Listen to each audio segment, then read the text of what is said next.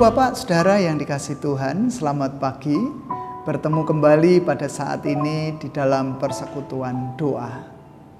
Kita bersyukur Tuhan masih memberikan kesempatan kepada kita untuk kita boleh menikmati hari ini dan memulai aktivitas kehidupan kita. Dan kita juga bersyukur kalau kembali Tuhan memberikan kesempatan kepada kita untuk kita belajar, walaupun hanya dari beberapa ayat saja. Itulah yang membangkitkan iman kepercayaan kita dan semangat hidup kita untuk boleh melanjutkan waktu hidup pemberiannya. Namun sebelumnya kita akan datang pada Tuhan di dalam doa. Kita berdoa. Engkaulah Allah kami yang hidup, yang boleh kami kenal, kami sapa, kami sembah dalam nama Tuhan kami Yesus Kristus. Allah yang tidak pernah meninggalkan perbuatan tangannya atas seluruh ciptaan. Allah yang mengasihi dan memilih kami untuk Engkau kuduskan bagi kemuliaan nama Tuhan. Bersyukur kalau pagi hari ini Engkau membangunkan kami untuk kami boleh menerima kekuatan, kesehatan, kesentosaan untuk memulai hari baru pemberian Tuhan. Dan di tengah-tengah rasa syukur kami, Tuhan juga masih memberikan kesempatan kepada kami untuk kami boleh kembali belajar, memahami sebagian dari firman Tuhan. Oleh karena itu nyatakan kebenaran itu bagi kami, sehingga kami siap untuk menerimanya, siap untuk menyimpannya, terlebih siap untuk melakukannya. Hamba-Mu yang penuh dengan kekurangan, Engkau sendiri yang akan memakai mulut, bibir, lidah, dan pemikirannya untuk boleh berkata-kata sesuai dengan kehendak Tuhan. Menyerahkan waktu ini sepenuhnya untuk Engkau kuasai dari awal hingga sampai akhir. Hanya di dalam nama Tuhan kami Yesus Kristus kami berdoa. Amin. Ya, Ibu, Bapak, dan Saudara yang dikasihi Tuhan, pagi hari ini kita kembali belajar. Dan hari ini kita belajar dari Yohanes 11 ayatnya yang ke-25 sampai 26. 2 ayat untuk kita. Yohanes 11 ayatnya yang ke-25 sampai 26. Demikian firman Tuhan. Jawab Yesus, akulah kebangkitan dan hidup. Barang siapa percaya kepadaku, ia akan hidup walaupun ia sudah mati. Dan setiap orang yang hidup dan yang percaya kepadaku tidak akan mati selama-lamanya. Percayakah engkau akan hal ini? Saya ulang. Jawab Yesus, akulah kebangkitan dan hidup. Barang siapa percaya kepadaku, ia akan hidup walaupun ia sudah mati. Dan setiap orang yang hidup dan yang percaya kepadaku tidak akan mati selama-lamanya. Percayakah engkau akan hal ini? Ibu, Bapak, Saudara yang dikasihi Tuhan, tentu kita tidak akan pernah asing dengan ayat yang ke-25. Tuhan Yesus berfirman, jawab Yesus, akulah kebangkitan dan hidup. Barang siapa percaya kepadaku, ia akan hidup walaupun ia sudah mati. Mengapa kita tidak asing? Karena bagi kita yang seringkali menghantar jenazah ke peristirahatan terakhir atau pemakaman, di prosesi bagian akhir pula, tentu pemakaman orang Kristen, di sana ayat ini selalu dibacakan. Mengapa? Kita melihat apa yang terjadi atau latar belakang dari ayat ini. Setting cerita di dalam perikop kita adalah kebangkitan Lazarus, atau Lazarus dibangkitkan. Ayat ini cukup panjang, dari ayat 1 sampai 44. Dan inti dari ceritanya adalah di tengah-tengah kedukaan, di tengah-tengah keprihatinan, di tengah-tengah penderitaan, di tengah-tengah kesusahan, ternyata Tuhan menyediakan kesukacitaan. Tuhan membagi kebahagiaan. Tuhan memberikan pengharapan baru kepada setiap orang yang percaya kepadanya. Hanya berkait dengan ayat yang ke-25 tadi, mungkin timbul pertanyaan dalam hati kita. Bagaimana bisa? Kalau dikatakan di sana di bagian terakhir dari ayat yang ke-25, ia akan hidup walaupun ia sudah mati. Wong orang sudah mati kok hidup? Saudara-saudara yang dikasihi Tuhan, dari ayat ini sebenarnya kita diingatkan kembali akan pelajaran di katekisasi, kelas katekisasi kita. Bahwa saat manusia terjatuh ke dalam dosa, maka memunculkan hukuman bagi manusia. Hukuman yang pertama adalah penderitaan. Bagaimana kehidupan manusia pada akhirnya ketika dia berada dalam kondisi dosa, dia akan mengalami kesakitan ketika memiliki anak. Bagaimana laki-laki harus bekerja keras untuk menghidupi keluarganya dengan onak dan duri yang ada di dalam kehidupannya. Dan bukan hanya itu. Hukuman yang kedua adalah kematian. Dan sebagaimana kita tahu, kematian yang dimaksudkan ada 3. Yaitu terputusnya hubungan manusia dengan Allah, terputusnya atau terpisahnya jiwa, roh dari raga, dan yang ketiga kematian kekal. Dari sana pun kita diingatkan bahwa kematian yang pertama, terputusnya manusia dari Allah, sudah tersambung kembali ketika Tuhan Yesus hadir ke atas muka bumi. Ketika Allah menjelma menjadi manusia, ketika Allah menampakkan diri dan peduli solider terhadap manusia, ketika Allah mau menghambakan diri untuk umat yang Dia kasihi, sehingga muncullah doa Bapa Kami. Begitu eratnya hubungan itu, yang awal mulanya memang terpisah, jarak, seakan-akan jauh, Allah tidak terjangkau oleh manusia. Tetapi di dalam diri Yesus, hubungan yang jauh itu didekatkan, dieratkan, sebagaimana hubungan ayah dan anak-anaknya. Lalu berkaitan dengan kematian yang kedua, terpisahnya roh dari tubuh kita. Saudara-saudara yang dikasihi Tuhan, apa yang terjadi dalam kehidupan kita saat kita melihat saudara kita, orang-orang yang kita kasihi berada di dalam peti mati, itulah yang dimaksudkan kematian yang kedua. Dan ini nampaknya sudah tidak pernah bisa dipungkiri lagi, tidak bisa dihindari oleh manusia. Saat manusia terjatuh ke dalam dosa, dia diberi kehidupan, tetapi sekaligus ada masa bagi manusia untuk mengakhiri hidup di dunia ini, yaitu dengan kematian. Tetapi ingatlah bahwa manusia bukan hanya hidup di dunia ini saja. Boleh kita katakan bahwa kematian, terpisahnya roh dan tubuh kita dari tubuh kita adalah akhir dari kehidupan. Tetapi tidak berhenti di situ.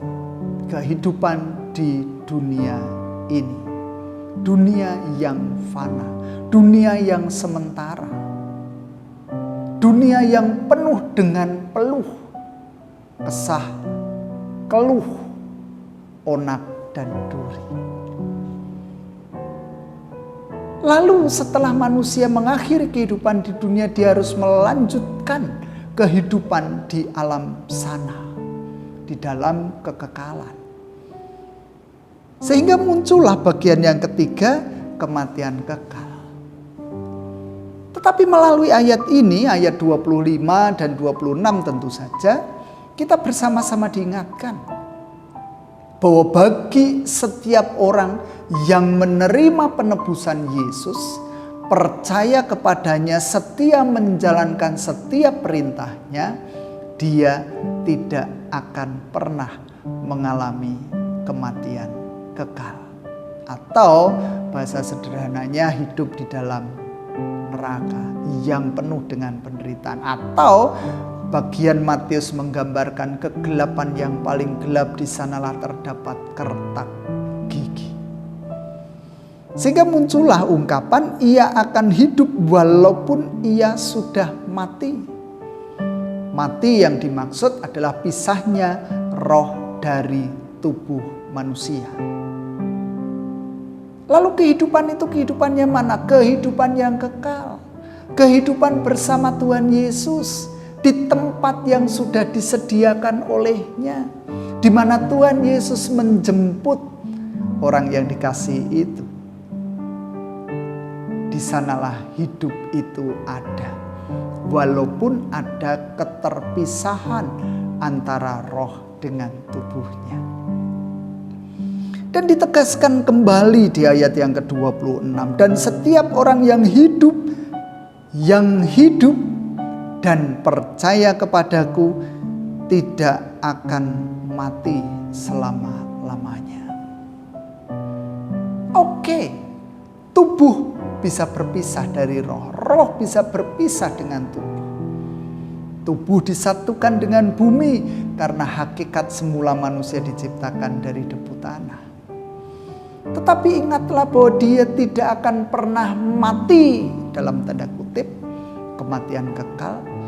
Dia akan mengalami hidup selama-lamanya. Sehingga di sini dikatakan tidak akan mati selama-lamanya. Itu artinya hidup selama-lamanya. Hidup bersama dengan Yesus. Hidup yang penuh dengan kegembiraan. Hidup yang penuh dengan kemuliaan, hidup yang penuh dengan kesukacitaan, hidup yang tidak lagi merasakan keluh kesah, tangis air mata. Sehingga saudara, apa sih yang kita ragukan saat kita mengikut Yesus? Dan itu pun ditegaskan di bagian yang terakhir dari ayat yang ke-26. Percayakah engkau akan hal ini? Saudara-saudara yang dikasihi Tuhan, janji Tuhan itu ya dan amin bagi setiap kita. Saat Tuhan sudah berjanji kepada kita, Dia tidak akan pernah menarik janji itu dari bibirnya, dari mulut Tuhan. Tuhan akan menggenapi itu semua. Menjadi catatan bagi kita dan setiap orang yang hidup dan yang percaya kepadaku. Ya, bukan hanya sekedar tulisan bahwa kita orang Kristen. Bukan sekedar ucapan yang seringkali menimbulkan benturan-benturan. Aku orang Kristen. Tetapi bagaimana sikap kehidupan kita, tutur kata kita, membuktikan bahwa kita benar-benar sebagai pengikut Kristus yang sejati. Sehingga janji itu akan benar-benar terpenuhi. Saat Tuhan menjemput kita, kalau Tuhan menjemput kita, lalu kita ditempatkan di mana tempat yang sudah disediakan bagi kehidupan kekal kita. Tidak sebaliknya, kita dilempar di api yang bernyala-nyala. Kita diberinya hidup kekal, kita diberinya mahkota kehidupan, supaya kita bisa bersukacita, bukan hanya dengan Yesus Tuhan Allah kita, tetapi juga dengan saudara-saudara seiman kita yang sudah terlebih dahulu ada di dalam kerajaan surga. Sehingga inilah yang patut untuk terus kita dengar, untuk terus kita tanamkan dalam pikiran dan hati kehidupan kita, bahwa tidak percuma mengikut Dia, tidak sia-sia iman kepercayaan kita. Selalu diingatkan, ada kematian di depan kita, ada kematian saat kita menghantar mereka yang kita kasihi. Tetapi percayalah bahwa mereka yang sudah terbaring, yang sudah disatukan dengan tanah itu, tidak akan pernah mati, tetapi hidup bersama Tuhan yang Dia percayai, yang Dia setiai sepanjang hayatnya. Itulah yang mestinya terus-menerus menghidupi kita. Kita tidak akan pernah bisa memungkiri, menolak kematian datang kepada kita, kematian yang kedua. Tetapi kita harus mampu menolak kematian yang ketiga, kematian kekal. Kita harus menghindar dari itu dan berusaha keras untuk tetap memegang teguh Tuhan Yesus yang menyayangi, mengasihi kita, mengkhususkan, mengkuduskan kehidupan kita. Sehingga jangan pernah sia-siakan iman kepercayaan kita. Jangan menggadaikan iman kepercayaan kita. Ingatlah, kehidupan kita di dunia hanya sementara waktu saja. Tidak akan lama. Kehidupan yang lama, kehidupan di dalam alam baka, yang dikatakan tidak akan mati selama-lamanya. Kehidupan kekal akan menjadi bagian dari hidup kedua kita nantinya. Tuhan memberkati setiap perjuangan kita, sebab perjuangan kita tidak akan pernah sia-sia. Semangat saudaraku, tetap sehat, tetap hidup dalam rangkulan kasih-Nya. Amin. Saat teduh untuk kita. Bersama kita datang pada Tuhan di dalam doa, kita berdoa. Tuhan, pagi hari ini Engkau ingatkan kami akan ayat-ayat yang senantiasa kami dengar. Tentu ini tidak akan pernah membosankan kami, tetapi terus memberikan semangat bagi kami untuk kami mempercayakan diri secara utuh di hadapan Tuhan. Karena bagaimanapun juga saat kematian itu tiba, saat roh kami terpisah dari tubuh fana ini, Engkau terus akan memberikan kehidupan yang baru tentu saja. Tubuh yang baru, tubuh yang Engkau kuduskan bagi kemuliaan nama Tuhan. Tubuh yang akan mengalami kesukacitaan sepanjang masa dan akan hidup selama-lamanya. Bapa di dalam surga, mampukan kami tetap mengimani, tetap memegang teguh kepercayaan itu. Tidak akan pernah kami lepaskan, tidak akan pernah kami sia-siakan. Namun Tuhan, di sisi yang lain tentu tubuh kami ini lemah, tak berdaya. Tolong kami untuk kami boleh memegang teguh janji kepercayaan itu. Dan Tuhan sendiri yang terus-menerus melawat kehidupan kami. Tuhan menghindarkan kami dari berbagai macam mara bahaya. Kami mempercayakan kehidupan utuh ke dalam genggaman tangan kuasa Tuhan. Tuhan Allah Bapa di dalam surga, seringkali penderitaan mengakibatkan kami jauh dari Tuhan. Oleh sebab itu kami terus memohon kekuatan, memohon penyertaan Tuhan, mengiring langkah perjuangan kami menghadapi setiap tantangan hidup ini. Baik sakit penyakit, baik keterpurukan karena ekonomi, baik keretaan dalam hubungan rumah tangga, relasi dengan sesama, relasi bisnis kami. Tuhan, pulihkan semuanya itu, sehingga kami tetap Engkau percaya menjalani hari-hari panjang kami dan menuntaskan tugas dan kesempatan yang Tuhan berikan bagi kami untuk berpelayanan di dunia ini. Berdoa setiap mereka yang letih lesu berbeban berat, siapapun mereka. Tuhan akan tolong mereka, Tuhan akan teguhkan mereka, Tuhan akan bangkitkan semangat juang mereka.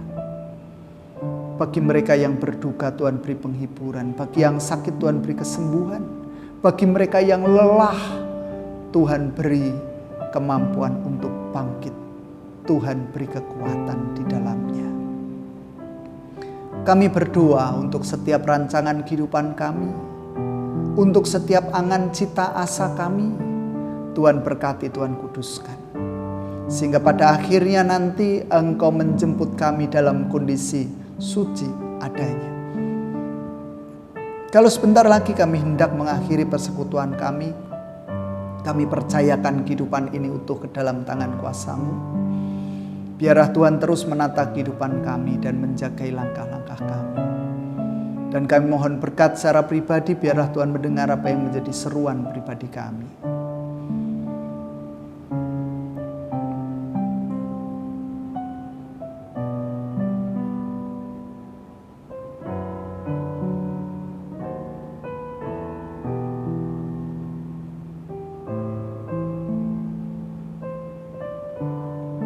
Inilah syafaat-syafaat kami, dan ampuni ya Tuhan setiap dosa, pelanggaran, kesalahan kami di hadapan Tuhan. Terima kasih Tuhan. Hanya di dalam nama Tuhan kami Yesus Kristus, Juru Selamat kami yang hidup, doa, permohonan, ucapan syukur ini kami naikkan. Amin. Demikian yang bisa kita lakukan Ibu Bapak Saudara yang dikasihi Tuhan. Dan kita akan berjumpa kembali pada Rabu minggu depan. Biarlah Tuhan masih memberikan kesempatan kepada kita untuk kita bertemu walau dalam kondisi yang online, belum secara onsite. Tetap semangat, Tuhan terus menopang kehidupan saudara dan saya, dan salam sehat. Tuhan memberkati kita semua. Amin.